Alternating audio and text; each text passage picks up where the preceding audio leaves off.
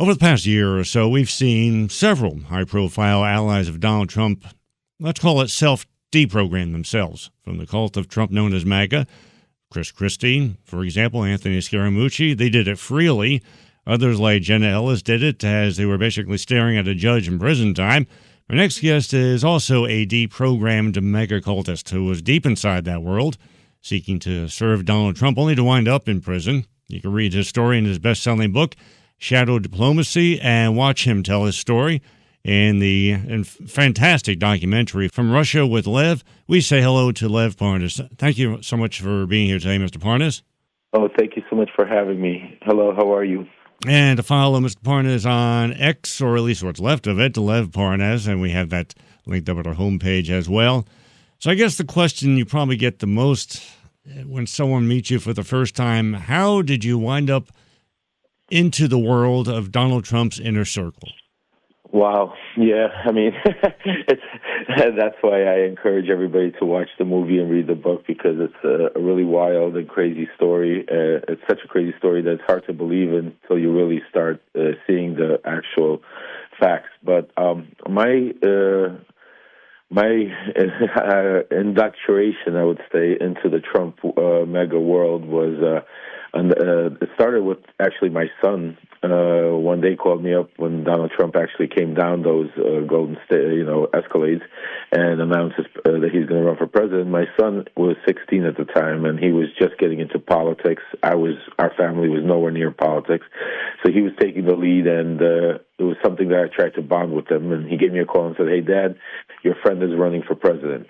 He thought he was my friend because me and Trump ran in the same circles. We had pictures together. I used to work for his father, Trump, but we didn't have any kind of close relationship at the time. So I got us some tickets, and I took my son to our first rally, which was in Doral, which was Trump's first rally. We were backstage with him. We spent about 20 minutes, and that was the first real interaction we had, and where I introduced Trump to my son, and we spoke, and I told him about how I worked for his father, Fred, when I was back in Brooklyn in real estate. And Trump made a comment saying something like, when your son gets to be a lawyer, he'll come work at the White House. Little did I know that one day my son did become a lawyer, and Trump did offer him a position at the White House, but he turned it down. My son was smarter than me at the time. So that was my first initiation. And then where we really kind of became like family was when we held a fundraiser for him. It was October of 2016. It was a month before the elections. It was right when that disgusting video came out with Billy Bush and him talking about, being famous and being able to do what he wants. And his polls were down, and he was very depressed at the time. And that was probably the most humble I've ever seen Trump in my life, and that's probably what I think really got to me, is when we were sitting and having that dinner, and it was kind of only 15, 20 people in that dinner, and me and him kind of got off into a conversation that lasted like 30 minutes, and he looked down to the ocean and, looked back at me, and I asked him, I said, why are you doing this? Because we were all, saying, oh, you're getting all this bad press, and, why do you need this? And he looked and said, I'm not doing it for myself. I'm doing it for the average people, for, we need to root out this deep state. And at that moment, it was like that, kind of when you watch a movie and someone stares in your eyes and you get hypnotized. Yes. I'm trying to make light of it, but it's not light. But that kind of what happened. I was like, as I said, I was Trumpanized, cultinized, and from that moment on, I was with him every day. And we went to every rally, I was front row at the Hillary Clinton third debate. I was with him at the Hilton when he won. And now we're here. So that was my initiation into the Trump cult. Your story, I think, brings a better understanding regarding Ambassador Marie Yovanovitch, because I think as that was coming about, as it was taking place, as it was being revealed, people couldn't understand, well, why was this ambassador so key in everything that happened, and people who fell because of it happening? What was the purpose of all that? Oh, yeah, absolutely. I mean, she is the key. Because she was a true American hero. She was a true, American ambassador fighting for our democracy, fighting out to root corruption. But at the time, I didn't realize it or understood that, because at the time I was so deep in the cult that she was enemy number one, because she was in our way to get the dirt that we needed. Instead of realizing what she was really doing was trying to save our democracy and stop Russian propaganda to be pushed inside of the United States. So she became, our enemy and our foe, and it became the mission of the Trump DLT team and our shadow diplomacy to make sure that she was out, that she got fired. Start with Lev Parnas, who, through his book, Shadow Diplomacy, Lev Parnas and his wild ride from Brooklyn, New York to Trump's inner circle, as well as the documentary From Russia with Lev, is bringing a lot of clarity to a picture that, well, certainly Trump world has tried to cloudy up as best they can, but the facts always seem to withstand all of that, and we're grateful for that and for what Lev does. You're listening to Issues and Ideas. I think another revelation that comes from the story you've told is that Mike Pence was always trying to present himself as above the fray, far away from the sewer. That wasn't necessarily true, was it? Yep, no, it wasn't. Well, I'll be fair to Pence to say, in a way, he wasn't part of the cult. He did try to stay away, try to stay away, but he didn't. If you know what I mean, he still went and gave the messages. He went and flew to Poland to meet with Trump and gave the message to Zelensky to open up an investigation, which a lot of people don't know. He canceled.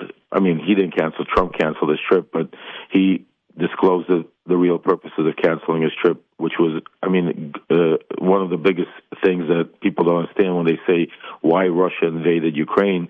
Trump tries to tout that, it didn't happen on his watch, but what's important to understand is it was all started on his watch that became a prelude to what then Joe Biden had to be able to actually save our country from what Trump set up. That time, when President-elect Vladimir Zelensky was waiting for his inauguration, that was a very, very big point in Ukraine's life history, and for a brand new president that didn't have experience to come in while they were being invaded by Russian forces, because a lot of people forget Russia invaded in 2014, not in 2022. There was a war going on while Trump was there, and one of the things Trump used through me to be able to manipulate Ukraine was, he held back Vice President Pence from going to the inauguration, which was the first sign to Putin to say that Ukraine is yours. And then, which was even more egregious, was where he actually canceled and held back $400 million military aid, congressional approved military aid, after our meeting. So it was outrageous what he was doing at the time he was doing it. And that's why I think it's such an important time that this movie's coming out, to understand and that he's running for presidency right now. And if he was able to do that then, what could he possibly do now?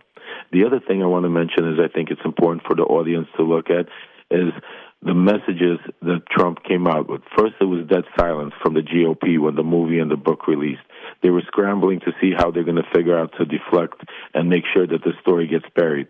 So what does Trump do? He couldn't handle it. He came out and attacked Ukraine. He came out and attacked, he had the stooge in his Congress by the name of Johnson, that came out and basically is now trying to putting pressure on Ukraine to fire a Ukrainian ambassador. It's the same script, the same thing. And now he's pushing Zelensky to meet with him at Trump Tower to be able to push the same agenda. Nothing changed, and the audience needs to understand that he's doing it now blatantly in front of our eyes. As into 2020, we were a shadow diplomacy. Nobody knew about us. Well, now he's doing it right in the open. He's using the Speaker of the House to basically manipulate and push and the Ukrainian country to meddle and tell them who their ambassador could or could not be. Just think about that. It's outrageous. Well, it's also a sign of desperation when you when your actions that are so questionable, you're willingly doing it so blatantly. That just shows a sign of desperation, which I had pointed out on my social media page a couple of days ago. You look at his fundraising; he's being outraised 4-1 by Harris. You look at his email pitches, where he used to ask for $50 and $100. He's asking for $5 and $10, and people used to float his miserable stock just to win favor with him. That's come to an end now. Yep. So there's a lot of warning signs that he is definitely in trouble. Bravo Bravo, Chris. I'm so happy that you're seeing the warning signs, and I hope more of your audience and more people see because, yes, he is in trouble. He's a desperate man.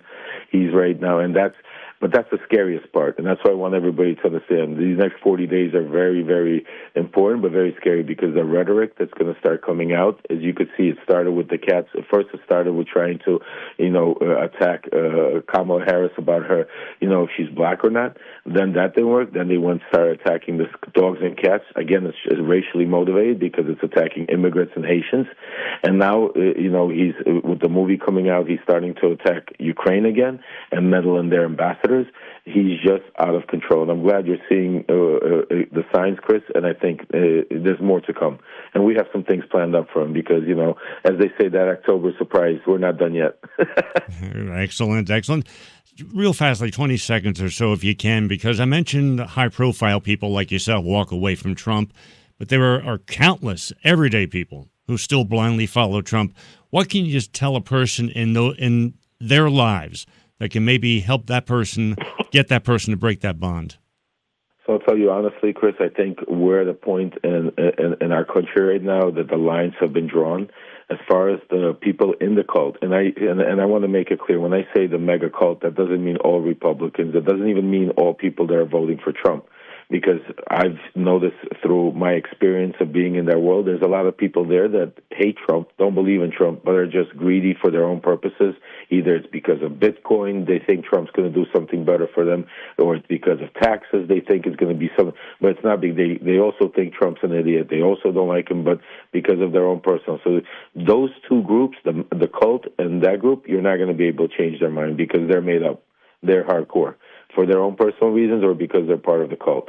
But then there's that big part of the group, excuse me, Chris, that is out there, that's undecided, that's watching, doesn't follow politics all day long, that doesn't stick by the Twitter spaces or TV, that is now tuning in, the regular people that are going to make the decision. And that's the people that I think are important, that the more they listen, the more they see. And why is the movie, I think, extremely important? Is because you hear and you see Donald Trump with his own words. You see him doing it. You don't have to take my word for it. You don't have to take other people's. Because what the movie was able to do is, while I was in Trump's orbit, my partner Igor secretly had secret recordings that he took while we had meetings with Trump. You'll see how he talks about Ambassador Yovanovitch. You'll hear how he talks about, in his own words, get rid of her, just because I told him some gossip that I heard in our circles that was running around. And that's why it's important for those people to see it, because those are the people who are going to make the decision in our country, and it's one of the most important ones, this election. I know we say it all the time, but this one is for our democracy. The documentary From Russia with Lev, the book Shadow Diplomacy on X, Lev Parnas. Mr. Parnas, thank you so much for the reality that you bring into the picture of fantasy and the importance that you place on what is about to happen over the next 40 days. Thank you so much for being here. Thank you so much for having me, and I thank you for being a voice out there to keep telling the truth and making sure people know. Thank you, Chris, for what you're doing, and I'd love to come back again when we get closer and when we have some more surprises.